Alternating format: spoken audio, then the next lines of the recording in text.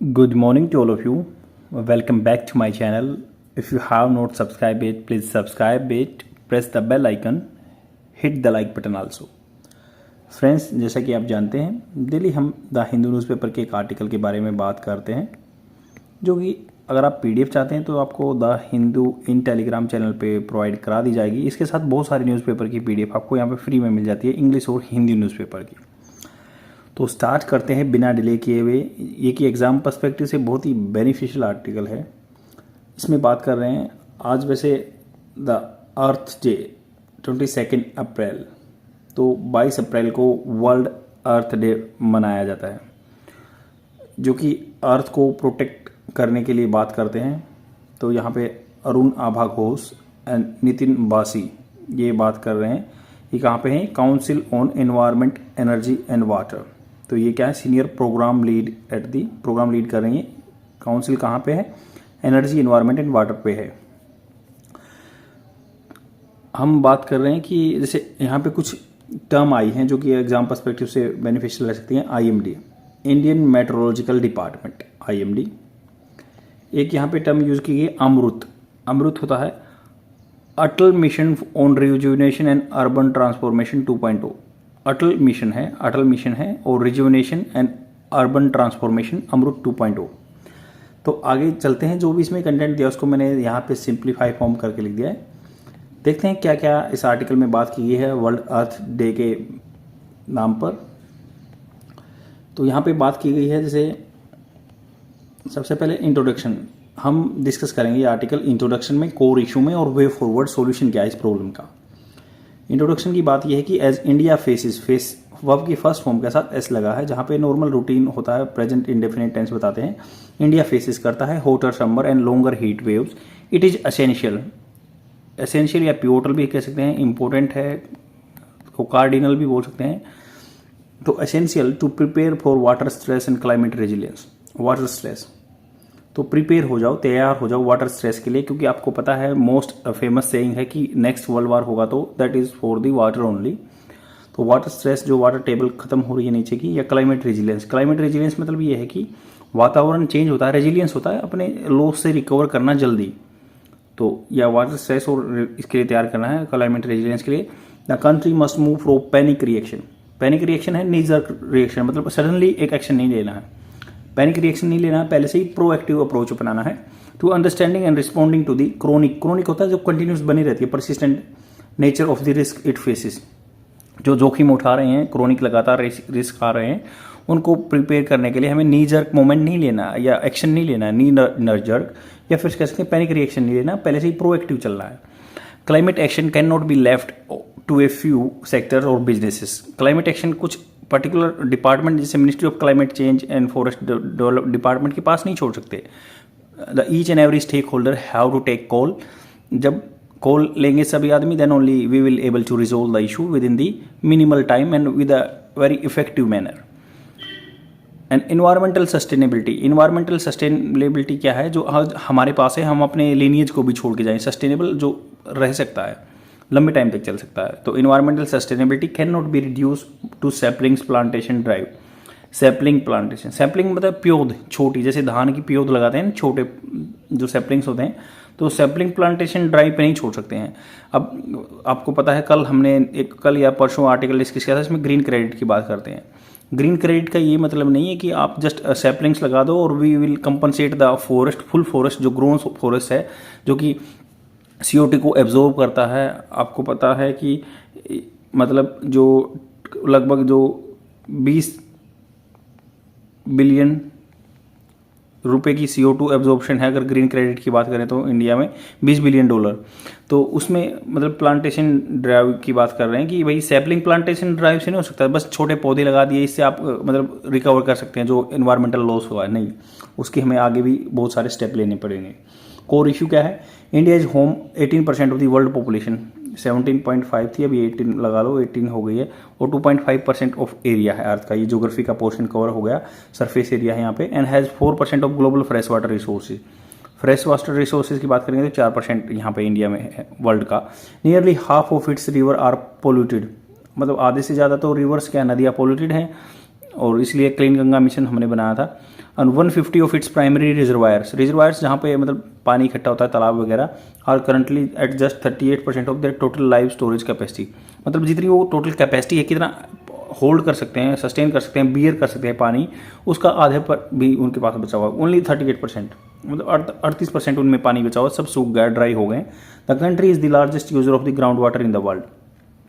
जैसे यूपी और पंजाब में मोस्टली जो इरिगेशन है, सिंचाई है, वो किससे होती है? जब ट्यूबवेल से होती है। ट्यूबवेल से हम ग्राउंड वाटर की टेबल है उसको कम कर रहे हैं।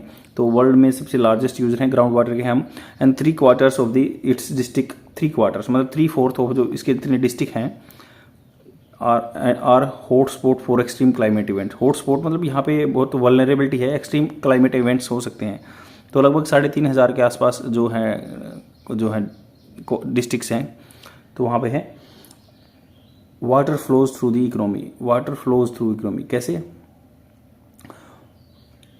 Water connects our hydrological food and energy system. Hydrological पानी से रिलेटेड, पानी से रिलेटेड फूड खाने से, और energy system impacting millions of people. Millions मतलब होता है 1 लाख, मतलब लाखों आदमियों को इम्पैक्ट डाल रहा है, प्रभाव डाल रहा है। प्रेसिपिटेशन बारिश is the primary source of the soil moisture. Soil की नमी बनाए रखने के लिए प्रेसिपिटेशन बहुत इंपॉर्टेंट है और प्राइमरी सोर्स है, यही मुख्य सोर्स है। Water stored in the vegetation जैसे ग्रीन वाटर, जो मतलब पेड़ पौधों में पानी स्टोर है उसको।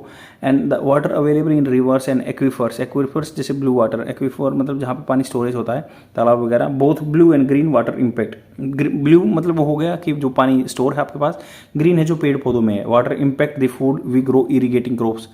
तो हम जो खाना उगाते हैं या इरीगेट सिंचाई करते हैं फसलों की, इन्फ्लुएंसिंग हार्वेस्ट। तो सोयल मॉइस्चर होगी तो कम पानी ऑटोमेटिकली लगेगा, तो इन्फ्लुएंस कर रहा है हार्वेस्ट को। हार्वेस्ट क्या होता है? फसलों की कटाई या उपज जो है। Being critical of the two the economy, जो क्रिटिकल है इकोनॉमी के, क्योंकि आज भी बहुत सारे इंडिया में आदमी टोटली एग्रीकल्चर पे डिपेंड है। बिकॉज हमारा जो मैन्युफैक्चरिंग सेक्टर है has not grown so much, and कुछ आदमी जो है ट्रांजिट हुए हैं एग्रीकल्चर सेक्टर से डायरेक्ट कहाँ पे? सर्विस सेक्टर में, और उनके लिए हाईली एजुकेशन स्किल्स वगैरह चाहिए। और हम जो डेमोग्राफिक डिविडेंड नहीं ले पा रहे हैं, 2040 तक हमारा डेमोग्राफिक डिविडेंड का मतलब बहुत पीक टाइम चलेगा और उसका हम फ़ायदा नहीं उठा पा रहे हैं। इसलिए हमें इस चीज़ को रिजोल्व करना पड़ेगा। 1 second. And both blue and green water impact the food we grow. हमने जान लिया। The agriculture sector which employs the most people is increasingly climate vulnerable. जो एग्रीकल्चर सेक्टर है विच एम्प्लॉयज मतलब यहाँ पे आदमी बहुत ज़्यादा काम करते हैं। मोस्ट पीपल सबसे ज़्यादा ही इंक्रीजिंगली क्लाइमेट वल्नरेबल, क्लाइमेट के ऊपर डिपेंड रहता है, इसलिए ये वल्नरेबल है। आगे चलते हैं। Intersection between land, food and energy and water. Intersection मतलब एक दूसरे को क्रॉस कर रही है एरिया, कौन सी? Land, food and energy and water. Effective water governance. Water governance मतलब एडमिनिस्ट्रेशन करना। नीड्स पॉलिसीज, ऐसी नीतियां लेके आनी चाहिए दैट रिकग्नाइज, जो पहचाने की, जो माने इस चीज़ को, कंसिडरेशन दे कि interaction between water and other sector, water और अदर सेक्टर का अमालगमेशन ही एक चीज़ को बैलेंस कर सकता है। फॉर इंस्टांस जैसे एग्जाम्पल ले सकते हैं, while scaling up green hydrogen is desirable. सब पता है कि हाइड्रोजन एक सोर्स ऑफ एनर्जी है और ग्रीन हाइड्रोजन बनाने के लिए हमें जरूरत पड़ती है। तो स्केलिंग अप मतलब आगे बढ़ाना, जैसे स्केल पे आगे बढ़ते हैं ना, सेम ऐसे ग्रीन हाइड्रोजन डिजायरेबल है, सब चाहते हैं। और ये जो हमारा 2070 का कार्बन न्यूट्रल बनने का टारगेट है, उसको अचीव करने के लिए तो ये स्केलिंग डिजायरेबल है। The link with the water availability is not always considered. तो वाटर अवेलेबिलिटी भी तो वन ऑफ द कंपोनेंट है, क्योंकि हाइड्रोलिसिस होगा ना हाइड्रोजन का, तभी तो हाइड्रोजन निकलता है। H2O का हाइड्रोलिसिस होगा, आयनोजाइजेशन होगा, जब हाइड्रोजन प्लस ऑक्सीजन अलग अलग होगा, तो वो कंसेप्ट जरूरी है, उसके लिए पानी होना जरूरी है। The link with water availability is not always considered, माना नहीं गया है। And similarly the impact of scaling up solar irrigation pumps. Similarly अगर देखें, इसी तरह से देखें तो इम्पैक्ट, प्रभाव जो चलेगा scaling up solar irrigation pump. Solar जो सूर्य से इरीगेशन पंप्स हैं on ground water levels must be analyse to deploy the technology. तो ये ग्राउंड वाटर लेवल्स को मस्ट बी एनालाइज करना चाहिए, डिप्लॉय यूज करने के लिए, डिप्लॉय काम में लेने के लिए technology where there is an optimal होता है maximum mix of solar resources and high ground water level. तो यहाँ पे बात कर रहे हैं कि भाई जैसे एग्जांपल ले सकते हैं, ग्रीन हाइड्रोजन का यूज में लेना बहुत ही जरूरी है। लिंक है वाटर अवेलेबिलिटी का, इससे हाइड्रोजन पैदा करना है। Similarly impact of scaling up solar irrigation. आपको पता है कुसुम एक अभियान चला था, कृषक उत्थान या महाअभियान। तो किसान ऊर्जा सुरक्षा मत उत्थान महाअभियान कुसुम से जो सोलर पंप लगाते हैं, तो सोलर पंप से जो इरिगेशन पंप है on ground water levels must be analyse to deploy the technology. Deployment technology को यूज करना where there is an optimal mix of solar source and high ground water level. तो judicial use of water, हमें judicious न्याय संगत use करना पानी का, ऐसा नहीं है वेस्ट करना। Water counting is essential, water को अकाउंट करना या बिल दे देना बहुत जरूरी है for promoting water use efficiency. Water को अच्छे ऑप्टिमल यूज होना चाहिए, ऐसे नहीं वेस्ट कर रहे हैं। क्रिएटिंग इंसेंटिव, प्रोत्साहन देना चाहिए for investment in treated water use. तो ट्रीटेड वाटर जिसको मान लो हमने रिफाइन किया है, उसको अगर हमने उसको पानी को ठीक किया, जो खराब पानी है उसको यूज करने के लिए इंसेंटिव देना चाहिए। The national water mission targets increasing water use efficiency by 20% by 2025। तो नेशनल लेवल पे वाटर मिशन चल रहा है जिसका टारगेट है कि इंक्रीज करो वाटर यूज एफिशिएंसी बाय 20%। जो अभी जिस एफिशिएंसी पे यूज हो रहा है उसके 20% बढ़ा दो 2025 तक। Similarly the Atal mission of on rejuvenation and urban transformation 2.0, मतलब सेकंड वर्जन चलाई है अटल मिशन रिजुवनेशन का। रिजुवनेशन होता है दोबारा से नवीनीकरण करना। Urban transformation change 2.0 calls for reducing non revenue water. तो ये कर रहे हैं कि कॉल फोर्स ये बोलता है कि रिड्यूस करो non revenue water. Non revenue water जिसपे टैक्स कम लगे ऐसे यूज मतलब बढ़ाओ, टैक्स लगाओ पानी के यूज करने पे, उस पर बिल लगाओ which is lost before it reaches and users. तो खत्म हो जाता है पानी जब तक एंड यूजर तक नहीं पहुंचता। Less than 20% in urban local bodies. Urban local bodies जो म्यूनसिपल कॉर्पोरेशन वगैरह है गरीब आदमी तक नहीं पहुंच पाता, 20% ही रह जाता है। However, हालांकि these targets are not backed by any baseline set using water accounting principle that will help quantify the change in the fresh water use। तो अभी कोई बेसलाइन डिसाइड ही नहीं की है जिससे हम मेजर करेंगे कि हाँ कितना यूज हुआ नहीं हुआ है, बट ये टारगेट बना दिया कि भाई 20% एफिशिएंसी बढ़ानी है। तो बेसलाइन अभी से डिसाइड नहीं हुआ, तो ये लूप होल है। अभी बेसलाइन बताना पड़ेगा ना कि इससे हमने 20% पानी जो है एफिशिएंसी बढ़ा ली है। तो ये क्वान्टिफाई करना है, क्वांटिटी में देखना है कि कितना फ्रेश वाटर यूज हो रहा है। नेक्स्ट है कि financial tool for climate adoption. Financial tool कैसे हैं क्लाइमेट को अडेप्ट करने के, अपनाने के। फाइनेंशियल कमिटमेंट्स, पैसे से रिलेटेड जो कमिटमेंट है for climate adoption is the in the water and agriculture sector are still relatively small. तो फाइनेंशियल जो वादे किए हुए हैं या फंड अलोकेट किया हुआ कम है पानी के लिए। मोर फंडिंग इज नीडेड, ज़्यादा पैसे की जरूरत है फॉर एडिशन स्पेसिंग इंटरवेंशन। कुछ स्पेसिफिक तरह के अच्छी तरह के इंटरवेंशन हस्तक्षेप such as strengthening water waste water management.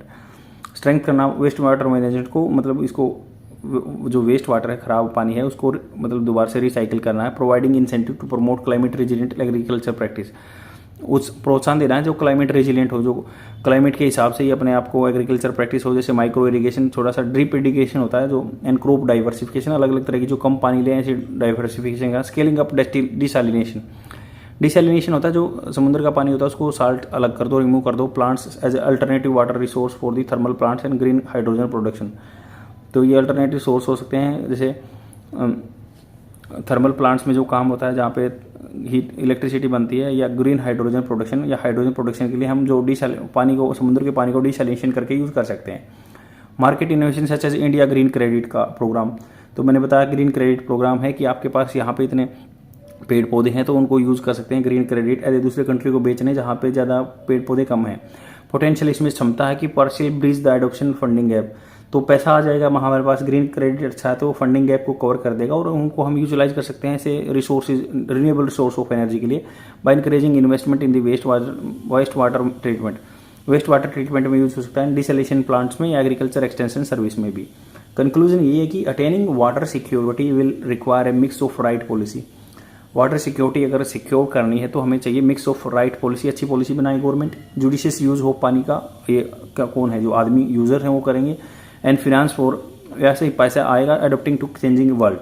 India experiences will hold lesson for the others. तो इंडिया के जो एक्सपीरियंसेस हैं ये लेसन देंगे, दूसरे को पढ़ाएंगे, कुछ अच्छा सीखने का मौका देंगे। Other water stress developing country, emerging economies, emerging economy के लिए हम एज ए रोल मॉडल काम कर सकते हैं, because we want to be an leader of the south. That's why we have to portray our self the leader in this domain also.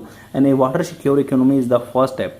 Water secure economy चाहिए हमें, जो secured हो कि हमें ऐसे दूसरी कंट्री पे डिपेंड न रहना पड़े पानी के लिए।